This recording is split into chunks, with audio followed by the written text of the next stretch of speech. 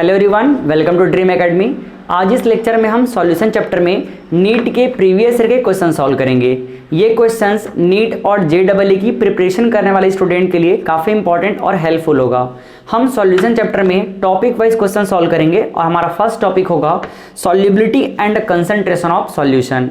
हम इस टॉपिक में डिफरेंट कंसंट्रेशन टर्म्स जैसे मोलारिटी, मोल फ्रैक्शन, इन सभी के क्वेश्चन देखने वाले हैं। तो चलिए फिर स्टार्ट करते हैं क्वेश्चन नंबर फर्स्ट से।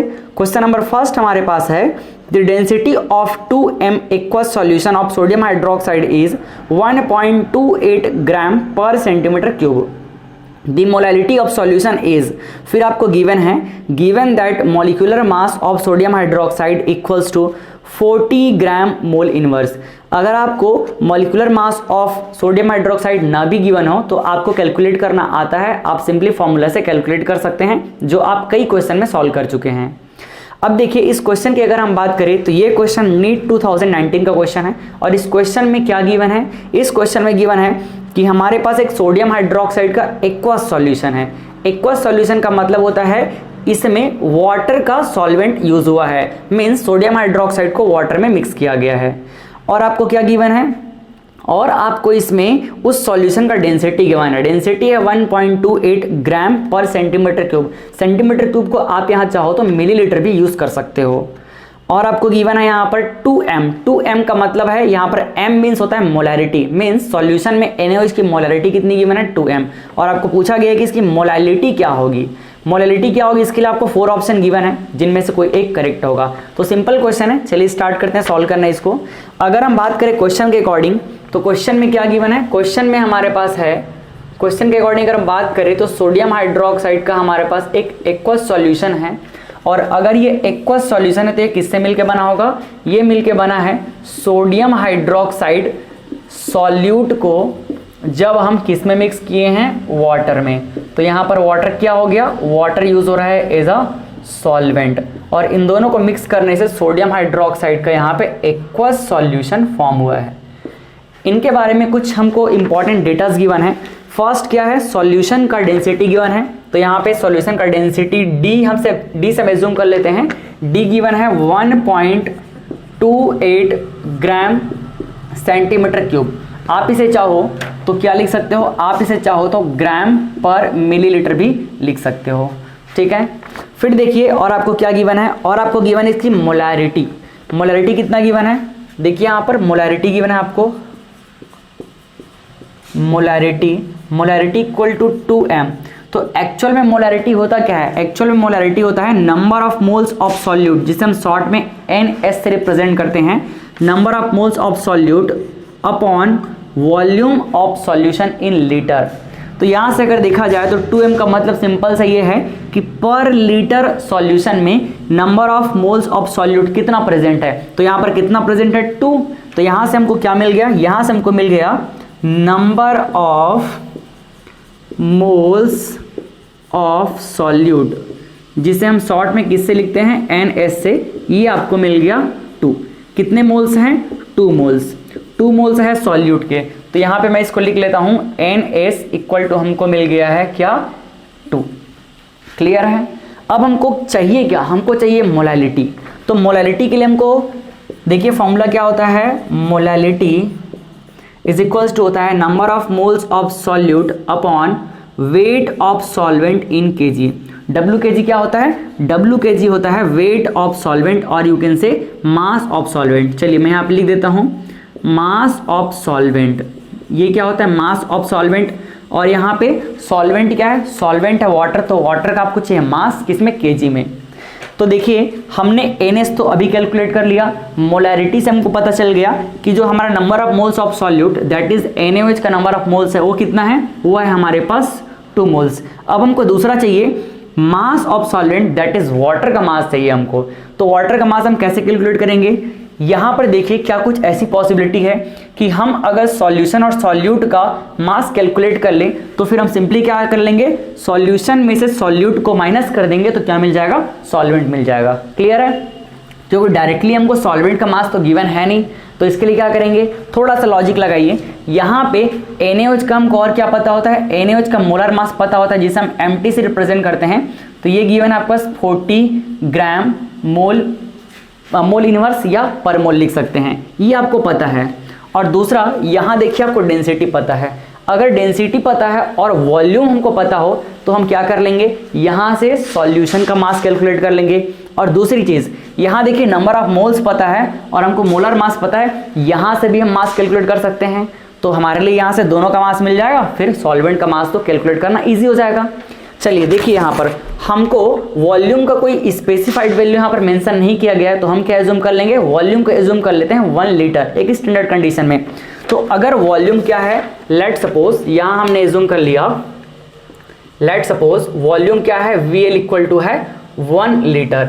ये हमने वॉल्यूम का एज्यूम कर लिया 1 लीटर, जिसे आप चाहो तो और क्या लिख सकते हो, इसे आप चाहो तो लिख सकते हो 1000 ml, ठीक है। या तो 1 लीटर कह सकते हो या 1000 ml कह सकते हो। अब बताइए अगर हमारे पास वॉल्यूम हो गया है कितना, वॉल्यूम हो गया है 1000 ml, तो यहाँ से क्या हम मास कैलकुलेट कर सकते हैं, बिल्कुल कर सकते हैं। डेंसिटी का फॉर्मूला क्या होता है, डेंसिटी इक्वल टू होता है मास अपॉन वॉल्यूम। तो यहाँ से मास क्या हो जाएगा, मास इक्वल टू हो जाएगा डेंसिटी इंटू वॉल्यूम। तो सिंपली हम क्या करेंगे यहाँ पर मास, या इसे आप W से रिप्रेजेंट कर सकते हैं। तो W ऑफ सॉल्यूशन क्या हो जाएगा, W ऑफ सॉल्यूशन होगा डेंसिटी इंटू वॉल्यूम। डेंसिटी की मैंने 1.28 ग्राम मिलीलीटर, और यहाँ पे आपको मिलीलीटर में वॉल्यूम पता है कितना एज्यूम किया गया है, 1000 ml। तो यहाँ से ml कैंसिल और ये आ जाएगा ग्राम में। तो देखिए क्या हो जाएगा, ये 1000 को मल्टीप्लाई कर लीजिए तो ये बन गया आपका 1280 ग्राम। ये हमको मिल गया सॉल्यूशन का मास। क्लियर है। अब देखिए यहाँ से नंबर ऑफ मोल्स और मोलर मास में क्या कोई ऐसा रिलेशन है जो मास को रिलेट करे, बिल्कुल है। यहाँ पर यहाँ देखिए मैं लिखता हूँ, यहाँ पे number of moles equal to क्या होता है, वेट और mass upon molar mass. Clear है। तो यहाँ से W क्या हो जाएगा, यहाँ से W हो जाएगा N इंटू MT, ठीक। तो यहाँ से भी हम क्या कर सकते हैं, W ऑफ सॉल्यूट कैलकुलेट कर सकते हैं। इसे आप चाहे तो W, अगर आपको W में कंफ्यूजन हो रहा होगा तो आप इसको सॉल्यूशन लिख लीजिएगा या कैपिटल W लिख लीजिएगा। बट यहाँ पर हमको ज़्यादा कंफ्यूज होने का कोई ज़रूरत है नहीं, क्योंकि हमको इसको कुछ स्पेशल अलग से यूज़ करना है नहीं। तो देखिए यहाँ पर से इसका W हम निकाल लेते हैं। W ऑफ सॉल्यूट क्या हो जाएगा, number of moles into molar mass. ये कितना हो जाएगा, NS की वैल्यू हमको पता है 2 और हमको ये क्या है MT। तो MT कितना है हमारे पास, MT है 40। अब इन दोनों को आप मल्टीप्लाई कर लीजिए तो W आपको मिल गया 80 ग्राम। समझ आया। यहाँ से हमको सॉल्यूट का मास पता चल गया है और यहाँ से हमको सॉल्यूशन का मास पता चल गया है। तो हम क्या कर सकते हैं, इन दोनों को माइनस करके सॉल्वेंट का मास कैलकुलेट कर सकते हैं। देखिए इधर को मैं इरेज कर देता हूँ। अब देखिए अगर हमको सॉल्वेंट का मास कैलकुलेट करना है तो क्या करेंगे, सॉल्यूशन माइनस सॉल्यूट। तो सिंपली यहाँ से हमको मिल जाएगा क्या, यहाँ से हमको मिल जाएगा W kg of solvent equal to 1280 minus 80। Clear है। और ये किस में है, ये है ग्राम में। तो फाइनली हमको मिल गया 1200 ग्राम। लेकिन हमको ये चाहिए किस में, केजी में चाहिए। तो केजी के लिए आप क्या कर लो, 1000 का डिवाइड कर दो तो ये हो जाएगा 1200 अपॉन 1000 और ये हो गया केजी में। तो W kg हमको मिल गया है। अब इन सभी वैल्यू को आपको क्या करना है, पुट कर देना है फाइनल आपके इस फॉर्मूले में और आपको मिल जाएगा जो भी आंसर इसके ऑप्शन में होगा। यहाँ देखिए NS की वैल्यू कितनी है, 2 है नंबर ऑफ मोल्स। और W kg कितना आया है, W kg हमारे पास आया है 1200 और 1000 को अपॉन में है तो अपॉन कहाँ चला जाएगा, न्यूमरेटर में। तो ये चला गया न्यूमरेटर में। अब इसको आप सॉल्व कर लीजिए, ये 0 कैंसिल, ये 0 कैंसिल, ये 0 भी कैंसिल, ये 0 भी कैंसिल। यहाँ से 2 1 जा 2 और ये क्या हो जाएगा 2 6 जा 12। ठीक है। थोड़ा इसको सिंप्लीफाई करके लिख लेते हैं। यहाँ बच गया 10 और ये हो जाएगा 6 और सिंप्लीफाई हो जाएगा। और सिंप्लीफाई कीजिए इसको, देखिए 2 3 जा 6 और 2 5 जा 10। तो फाइनली क्या बच गया हमारे पास 5/3। अब इसको आप सॉल्व करके पॉइंट में आंसर ले आइए। पॉइंट में इसका आंसर लाते हैं। चलिए देखिए यहाँ पर मोलैरिटी क्या हो जाएगा, मोलैरिटी इक्वल्स टू 1.666। ये कंटिन्यूसली जाएगा तो इसको आप राउंड ऑफ कर लीजिए 1.67 और ये स्मॉल m जो कि मोलैरिटी को रिप्रेजेंट करता है। तो देखिए ये आपके कौन से ऑप्शन को मैच करता है, ये आपका ऑप्शन नंबर डी। तो ऑप्शन डी 1.67 ये आपका आंसर है। ठीक है, नोट कर लीजिए इसे आप। अब हम बात करते हैं क्वेश्चन नंबर 2 की। तो क्वेश्चन नंबर 2 हमारे पास है, which of the following is dependent on temperature. Option आपके पास फर्स्ट ए है मोलारिटी, बी है मोल फ्रैक्शन, सी है वेट परसेंटेज और डी है मोलालिटी। ये क्वेश्चन है नीट 2017 का। इस क्वेश्चन में सिंपली पूछा जा रहा है कि इन 4 ऑप्शन में जो कंसंट्रेशन टर्म्स गिवन हैं, टेम्परेचर पे कौन डिपेंड करता है। ऐसे क्वेश्चन कि टेम्परेचर पे कौन डिपेंड करेगा कौन नहीं करेगा काफ़ी ज़्यादा पूछे जाते हैं, चाहे आप नीट की बात करो या JEE की बात करो। और इस तरह के क्वेश्चन के कॉन्सेप्ट बिल्कुल सिंपल होते हैं, तो ये आपके लिए एक तरह से बोनस मार्क्स है। इसके बारे में हमने हमारे जो थ्योरेटिकल लेक्चर है कंसंट्रेशन टर्म्स के, उसमें बात किया हुआ है। काफ़ी इजी कॉन्सेप्ट होते हैं। चलिए इसको यहीं पर डिस्कस करते हैं। देखिए, अगर हमको ये जानना है कि टेम्परेचर पे कौन डिपेंड करेगा कौन नहीं करेगा, तो हमको इसके लिए वॉल्यूम का कॉन्सेप्ट पता होना चाहिए। ऐसे कंसंट्रेशन टर्म्स जो वॉल्यूम पे डिपेंड करते हैं वो टेम्परेचर पे भी डिपेंड करते हैं, और जो वॉल्यूम पे डिपेंड नहीं करते वो टेम्परेचर पे भी डिपेंड नहीं करेंगे। क्यों? क्योंकि जब हम टेम्परेचर में वेरिएशन करते हैं तो वॉल्यूम में वेरिएशन होता है, और अगर टेम्परेचर में वेरिएशन कर रहे हैं तो वॉल्यूम में वेरिएशन होगा, तो कंसंट्रेशन टर्म्स में भी क्या होगा, वेरिएशन होगा। तो इस तरह से हम यहाँ पे क्या लिख सकते हैं, यहाँ हम सिंपली लिख सकते हैं ऐसे कंसंट्रेशन टर्म्स जो वॉल्यूम डिपेंडेंट होगा, जो क्या होगा, वॉल्यूम डिपेंडेंट होगा, वो टेम्परेचर डिपेंडेंट भी होगा।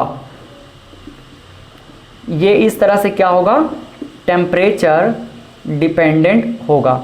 तो अब आपको ये चेक करना है कि कौन से कंसंट्रेशन टर्म्स के फॉर्मूले में वॉल्यूम की डिपेंडेंसी दिख रही है, वहां पे आप समझ जाइएगा कि वो टेम्परेचर पे डिपेंड करेगा। तो 4 ऑप्शन है हमारे पास। फर्स्ट है क्या, मोलैरिटी।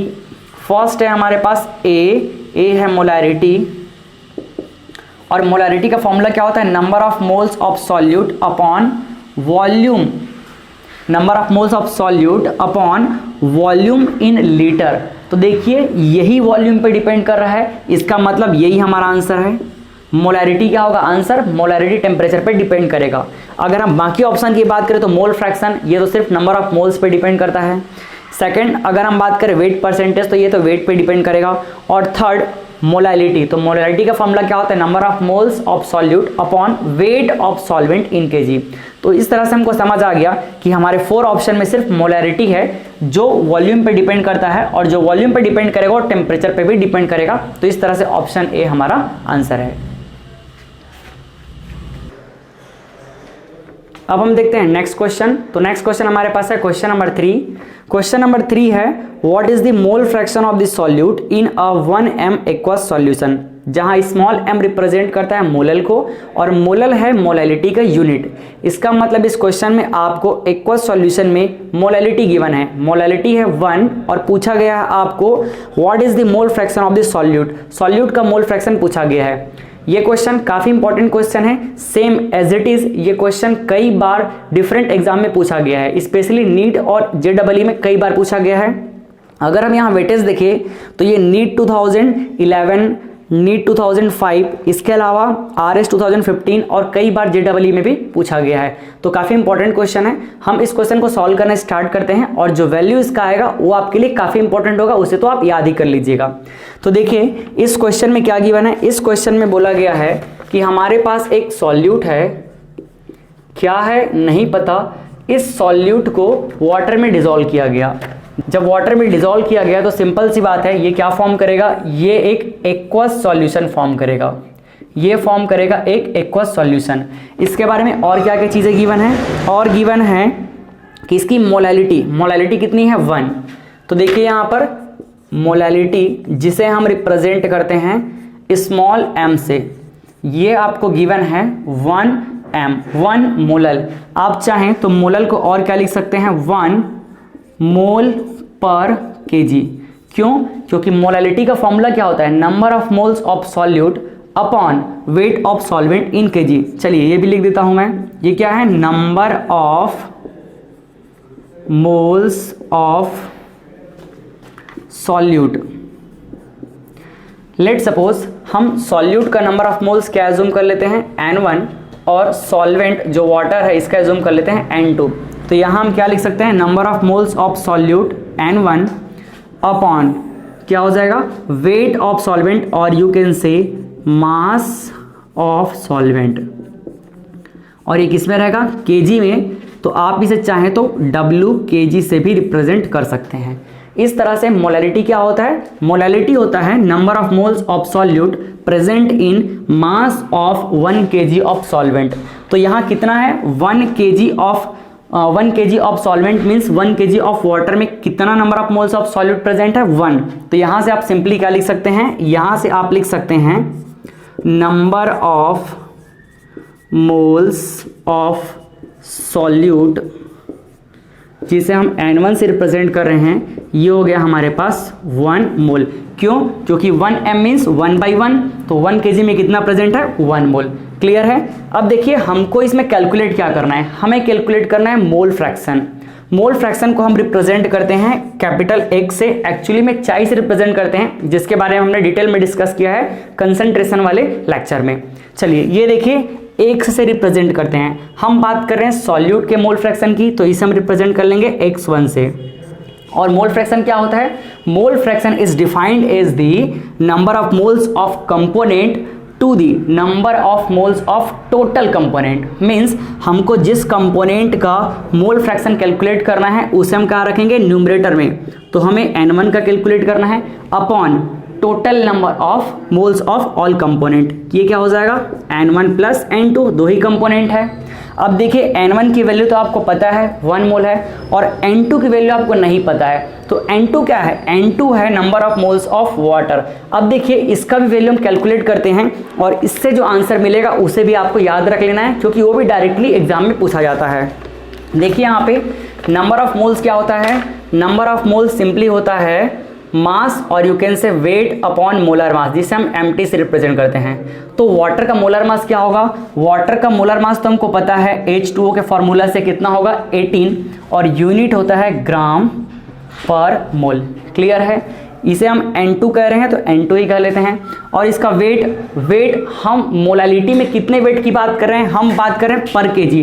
तो पर केजी का मतलब यहाँ पे हम ग्राम में क्या लिख सकते हैं, 1000 ग्राम। तो आप चाहे तो यहाँ सीधे ग्राम में क्या लिख सकते हैं, 1 kg मीन्स 1000 ग्राम, क्योंकि हम यहाँ स्टैंडर्ड में बात कर रहे हैं। अब देखिए यहाँ पर ग्राम कैंसिल हो जाएगा, तो यहाँ पर क्या आ जाएगा 1000/18, और ये हो गया आपके पास मोल्स। क्लियर है। इसका मतलब 1 kg में कितने नंबर ऑफ मोल्स प्रेजेंट है वाटर के, 1000/18। आप इसे सॉल्व करेंगे तो आपको वैल्यू मिलेगी इसकी 55.55 मोल्स। क्लियर है। इसे हम मोलालिटी भी कहते हैं। तो ये वैल्यू आपके लिए काफ़ी इंपॉर्टेंट है, 55.55, ध्यान रखिएगा।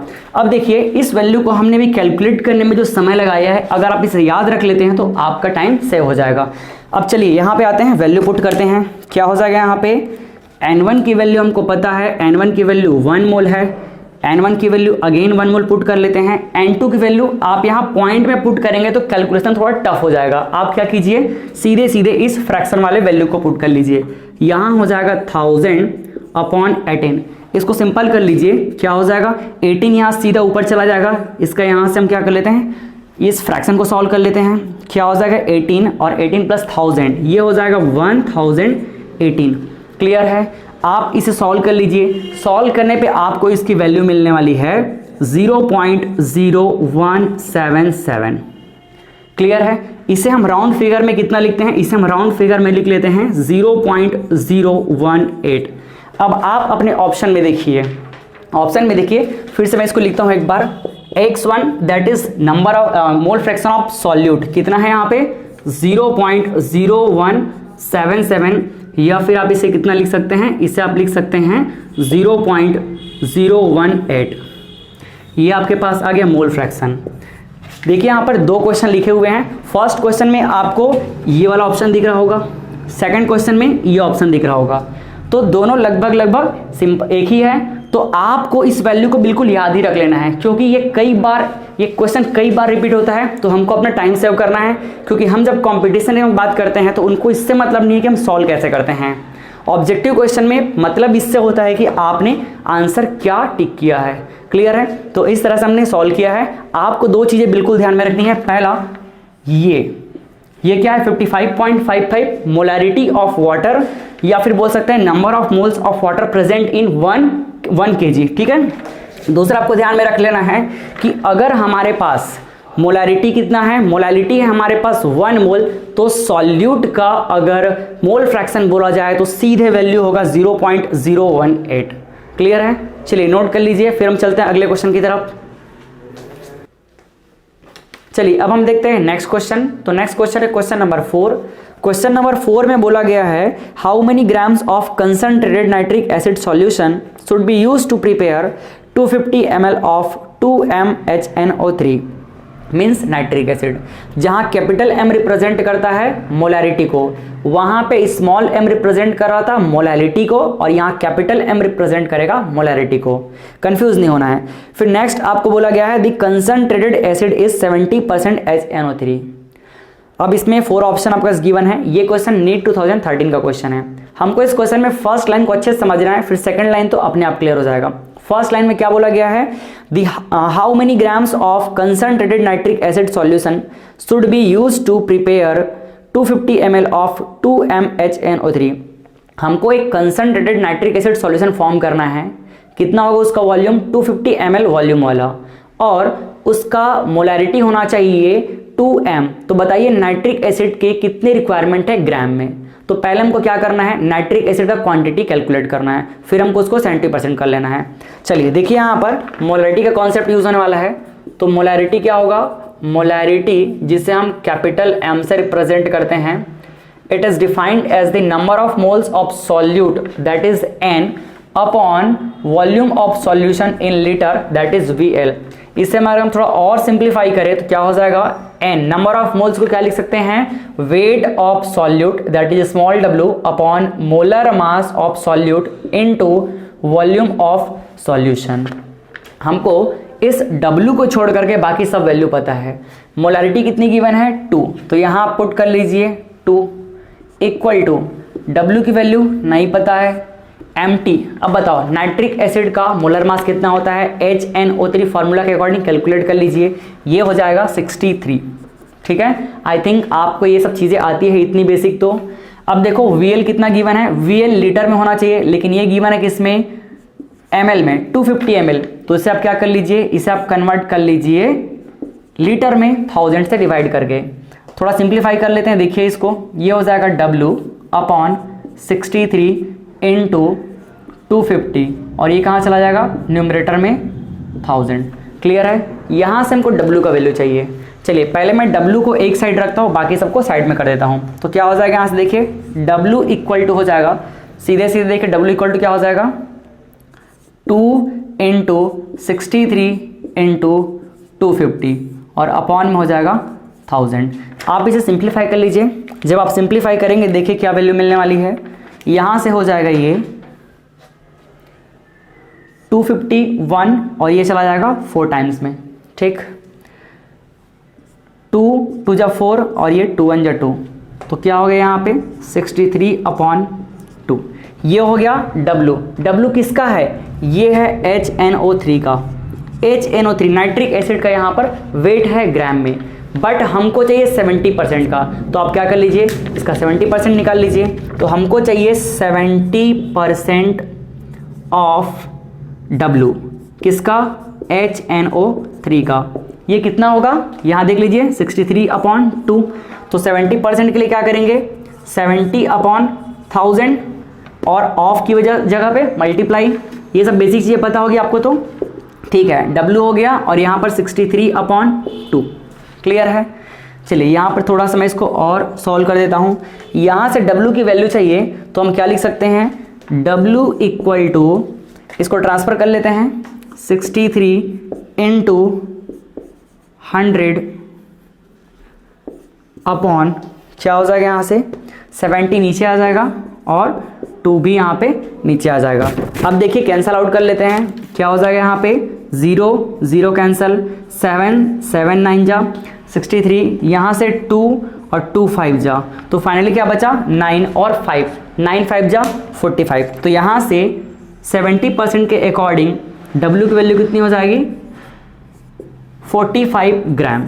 क्लियर है, तो 70% नाइट्रिक एसिड कंसंट्रेशन के अकॉर्डिंग अगर हम देखें W मीन्स नाइट्रिक एसिड का वेट, तो कितना होगा 45।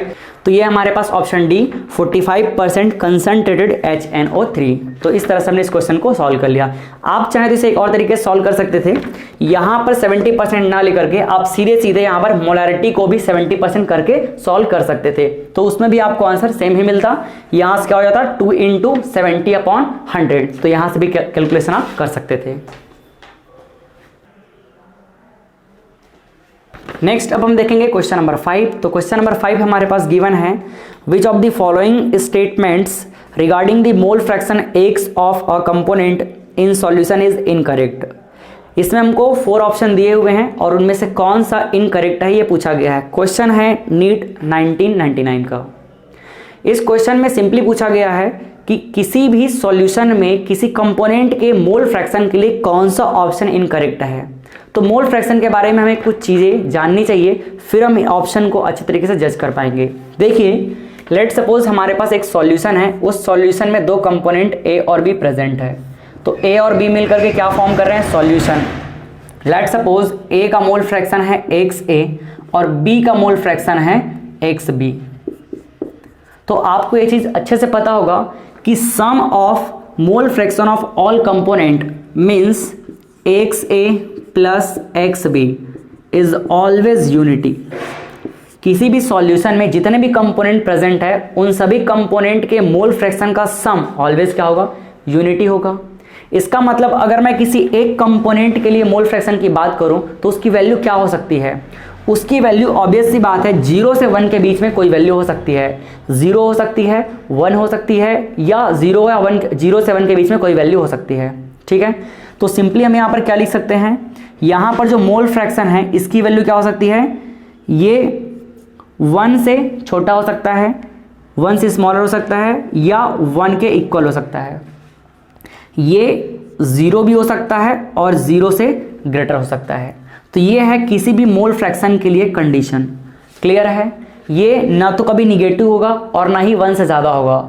निगेटिव नहीं, इसका मतलब 0 से छोटा नहीं हो सकता। तो 0 से 1 के बीच में कोई भी वैल्यू हो सकता है, 0 और 1 भी हो सकता है। ये है किसी भी कंपोनेंट के मोल फ्रैक्शन का पूरा कॉन्सेप्ट। अब देखिए इस ऑप्शन को समझते हैं। पहला ऑप्शन है x की वैल्यू 0 से 1 के बीच में हो सकती है, करेक्ट है ये ऑप्शन। सेकेंड ऑप्शन 1 से छोटा हो सकता है और 1 के इक्वल भी हो सकता है, करेक्ट है बिल्कुल। देखिए सिर्फ इतने पार्ट को दिया गया, पॉसिबल है। Third, x is always non negative, बिल्कुल हमेशा ये नॉन निगेटिव होगा, पॉजिटिव होगा, कभी निगेटिव नहीं हो सकता। फोर्थ ऑप्शन है x की वैल्यू 2 से स्मॉलर देन और -2 से ग्रेटर देन। तो ये 1 से कभी बड़ा हो ही नहीं सकता, तो 2 का तो सवाल ही नहीं आता। अगर बोला जा रहा है कि यहाँ पर 2 से छोटा होगा, इसका मतलब ये 1.2, 1.3, 1.9 ये सब हो सकता है, ये पॉसिबल ही नहीं है।